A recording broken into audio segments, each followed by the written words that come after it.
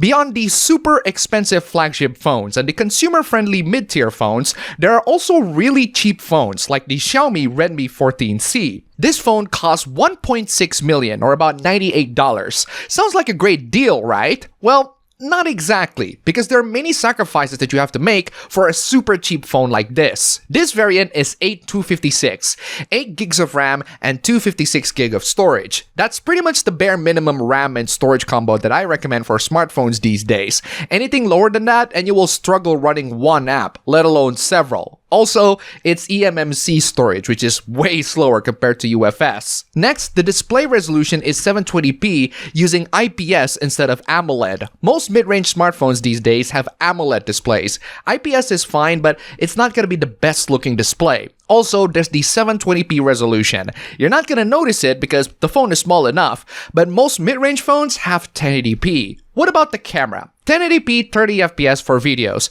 and it's not the best. I personally prefer phones that can do 1080p 60fps, and most mid-range phones like my Infinix Note 40S or the Samsung A54 can pull that off just fine, even 2K or 4K if I need them to. The photos are generally okay. It's not the best, but it is functional. You can make decent content and photos with it. Samsung also have their super cheap phone, Samsung A06, and it does have pretty similar drawbacks to the 14C, if not worse in some key areas. That one cost $1.7 million or $105, and I did buy that for my aunt because she's really tight on the budget. She desperately needs a new budget and cheap phone, but the 14C was not out yet at the time. I personally would recommend cheap phones like this for my older relatives who don't pay attention to technology that much. This phone will do okay for Facebook and WhatsApp. I will also recommend this phone only if you're really tight on a budget and you recently broke off your phone. Even so, add $100 or $200 more and you'll find plenty of better options in the market with more appealing specs if you ask me.